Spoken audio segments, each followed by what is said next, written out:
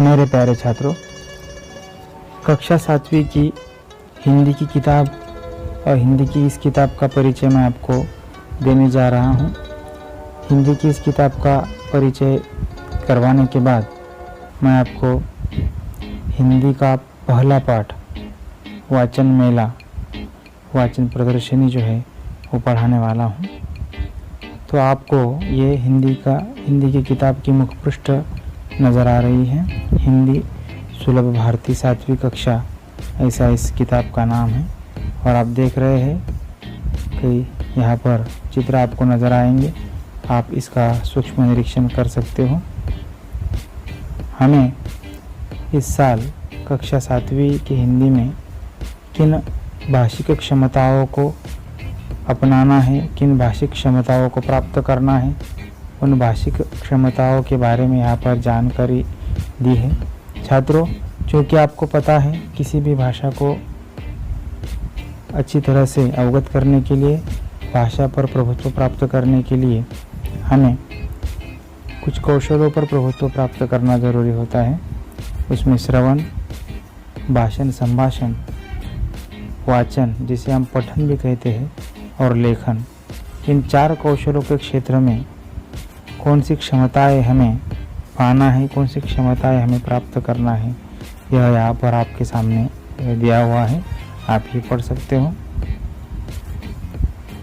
इन क्षमताओं को अगर आप अच्छी तरह से प्राप्त कर ले, इन क्षमताओं पर अगर आप प्रभुत्व प्राप्त कर ले, तो भली भांति आप कक्षा 7वीं के इस पाठ्यांश को, हिंदी के पाठ्यांश को आप बहुत अच्छी तरह से समझ पाओगे और हिंदी भाषा का ज्ञान आप बहुत ही अच्छी तरह से प्राप्त कर पाओगे। हिंदी सुलभ भारती 7वीं कक्षा, ऐसा इस किताब का नाम है।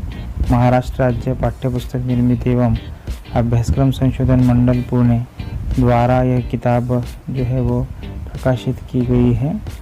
और अब हम देखेंगे कि कौन कौन सी इकाइयाँ, उन इकाइयों में कौन कौन से पाठों का पद्य एवं गद्य का समावेश किया हुआ है, कौन से पाठों का अंतर्भाव है, और इन पाठों के माध्यम से, इन पाठों के अध्ययन के माध्यम से हम इस साल 7वीं कक्षा की हिंदी की पढ़ाई करने वाले हैं। तो मेरे प्यारे छात्रों, अब हम बढ़ रहे हैं पहली और दूसरी इकाई की ओर। ये पहली इकाई आपके अनुक्रमणिका है। ये पहली इकाई आपके सामने नज़र आ रही है। पाठ का नाम, पहली इकाई के पहले पाठ का नाम है वाचन मेला। उसके बाद फूल और कांटे, दादी माँ का परिवार, चौथा है देहात और शहर, 5वां बंदर का धंधा, छठा है पृथ्वी से अग्नि तक, 7वां जहाँ चाह वहाँ राह, 8वां जीवन नहीं मरा करता है। अभ्यासिक पुनरावर्तन, जो हमने पाठ्यांश का आशय पढ़ा है उसका पुनरावर्तन एक हम इस इकाई के आखिरी में देखने वाले हैं। और दूसरे सत्र में दूसरी इकाई का अध्ययन हम करेंगे। तो छात्रों, देखना है अब इसमें कौन कौन से पाठों का अंतर्भाव है। पहला है अस्पताल, दूसरा बेटी युग, तीसरा 2 लघु कथाएँ, चौथा है शब्द संपदा, 5वां बसंत गीत, छठा चंदा मामा की जय, 7वां रहस्य, 8वां हम चलते सीना तान के, अभ्यास 2, अभ्यास 3 चित्रकथा का समावेश भी इसमें किया हुआ है। पुनरावर्तन 2 के माध्यम से हम इस दूसरी इकाई के आशय का पुनरावर्तन करने वाले हैं, उसको हम जानने वाले हैं, समझने वाले हैं। चिंतन मनन पुनरावर्तन के माध्यम से हम करने वाले हैं। मेरे प्यारे छात्रों, पहली इकाई का पहला पाठ वाचन मेला अब हम देखने वाले हैं। इसका हम अध्ययन करेंगे। देखो, समझो और बताओ। तो बच्चों, इस चित्र का आपको सूक्ष्मता से निरीक्षण करना है, क्योंकि हमें जो क्रियाकलाप करने के लिए कहा है वह देखो, समझो और बताओ, ऐसा इसमें कहा गया है। तो आपने इस चित्र को देख लिया है। वाचन मेला, ऐसा इस पाठ का नाम है।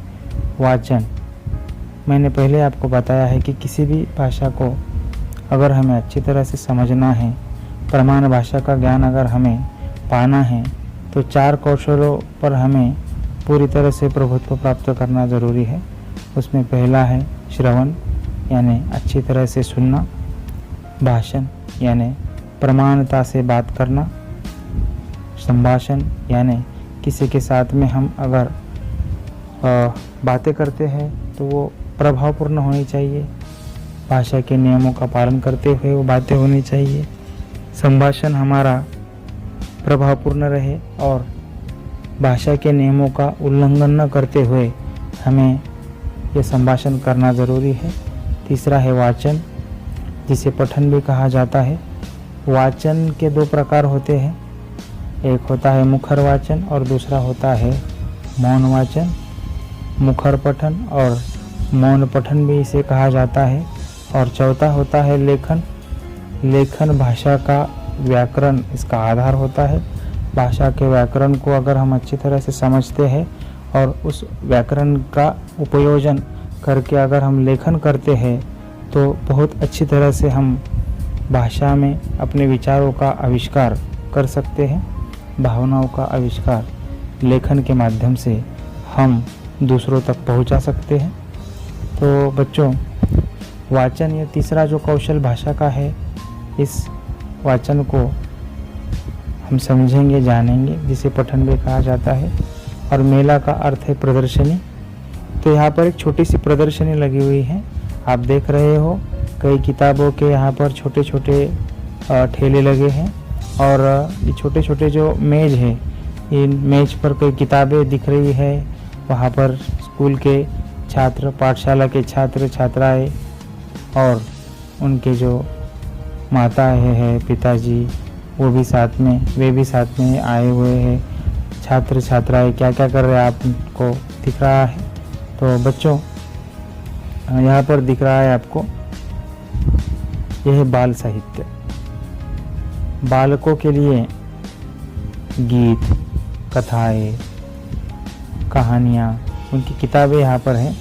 यहाँ पर ई बुक्स और ये ऑडियो बुक्स भी कहा हुआ है। ई बुक्स और ऑडियो बुक्स का विज्ञापन यहाँ पर दिख रहा है। बच्चों, ई बुक्स यानी इलेक्ट्रॉनिक बुक्स, बुक्स का अर्थ किताब होता है, आपको पता ही है। ऑडियो बुक्स यानी जिसे हम सुन सकते हैं जिस किताब को। विज्ञान कथाएं यहाँ पर दी हुई है। विज्ञान से संबंधित किताबों का, पुस्तकों का यहाँ पर अंतर्भाव किया हुआ है। और इस मेज पर यहाँ पर विज्ञान से संबंधित कथाओं की किताबें, कथा संग्रह यहाँ पर है। छात्र देख रहे हैं, समझ रहे हैं कौन सी किताब लेना है, इसका वो विचार कर रहे हैं। इधर भी कुछ छात्र है और कुछ किताबों के सामने, किताबों के मेज के सामने यहाँ पर छात्र है और उनके जो माता पिता है वो भी यहाँ पर हमें दिख रहे हैं।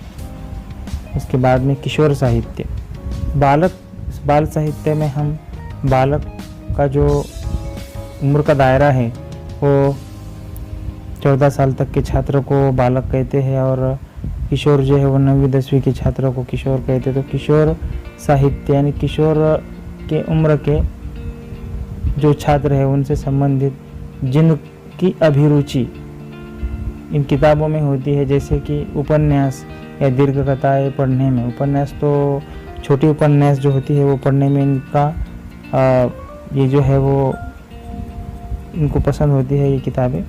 और दीर्घ कथाएं, कविताएं पढ़ने में इनको बहुत मज़ा आता है। तो ऐसे ही कुछ किताबों का मेला यहाँ पर है, प्रदर्शनी है। इस मेज पर किताबें जो है वो बच्चे देख रहे हैं, उनकी माता जो है वो देख रही है और एक बच्चा जो है किताब पढ़ भी रहा है, देख रहा है इस किताब में क्या क्या है।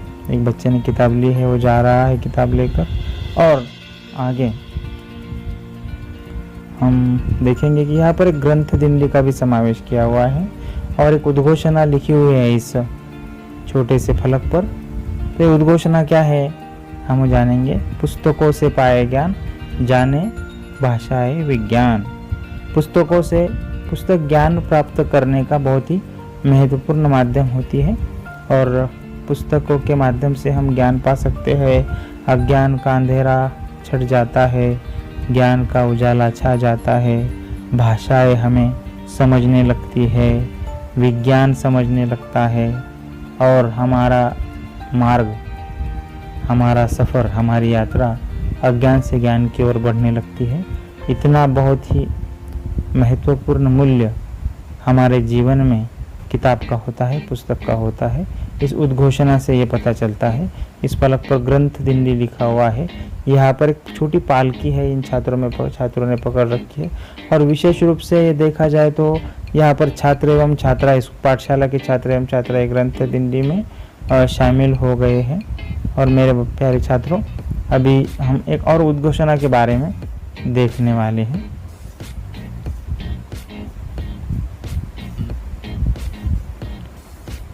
देखिए, पुस्तकें है हम सबकी साथी, प्रज्वलित करे ज्ञान की बातें।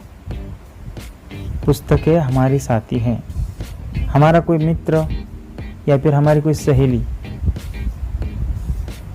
कभी कभार हमसे झूठ बातें कर सकती है, लेकिन किताब हमसे झूठ बात नहीं करती। एक अच्छे विचारों की, ज्ञान की जो गंगा है वो किताब के माध्यम से बहती है, प्रवाहित होती है और हमें किताबें हमारे साथी के रूप में हमारा साथ निभाती है।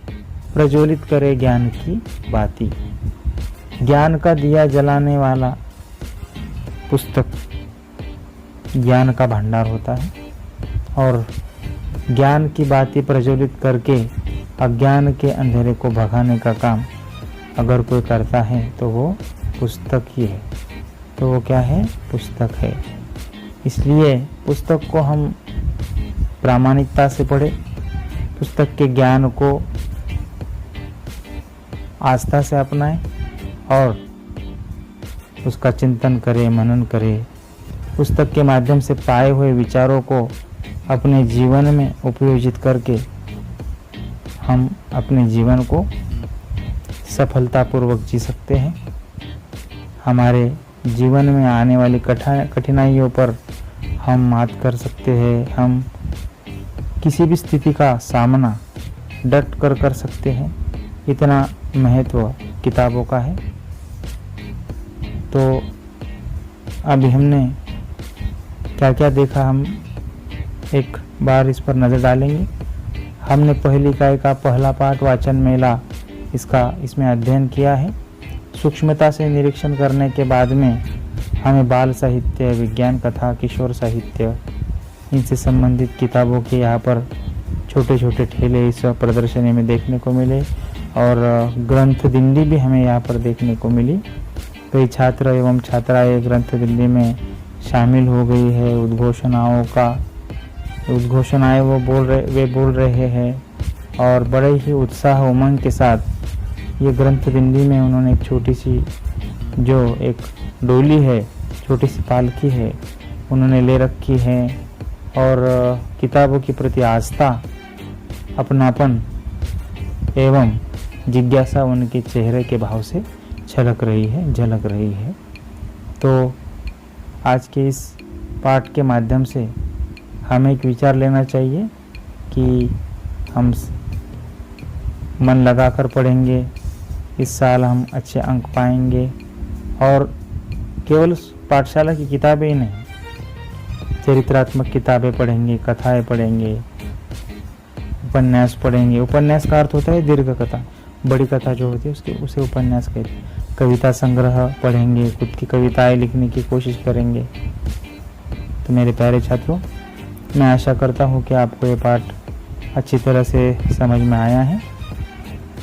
बहुत बहुत धन्यवाद। आप घर पे इसकी पढ़ाई कीजिए, समझिए, जानिए, सूक्ष्मता से निरीक्षण कीजिए और इनमें जो शब्द दिख रहे हैं तो इन शब्दों का लेखन आप आपकी कॉपी में ज़रूर करना। इन उद्घोषणाओं को आप ज़रूर लिखना, ताकि निरीक्षण का आपका विकास तो होगा ही, लेकिन लेखन कौशल का जो विकास है वो भी होगा। तो मैं आपको घर पे पढ़ाई दे रहा हूँ, स्वाध्याय दे रहा हूँ। आपको ये शब्द जो दिख रहे हैं, जैसे बाल साहित्य, विज्ञान कथा, ई बुक्स, ऑडियो बुक्स, किशोर साहित्य, ग्रंथ दिंडी, उद्घोषणाएँ, ये आपको लिखना है आपकी कॉपी में। और पुस्तक के बारे में आपको 5 वाक्य अपने विचार लिखना है। मुझे पूरा विश्वास है कि आप ये करोगे। आपकी पढ़ाई जारी रहे। बहुत बहुत धन्यवाद।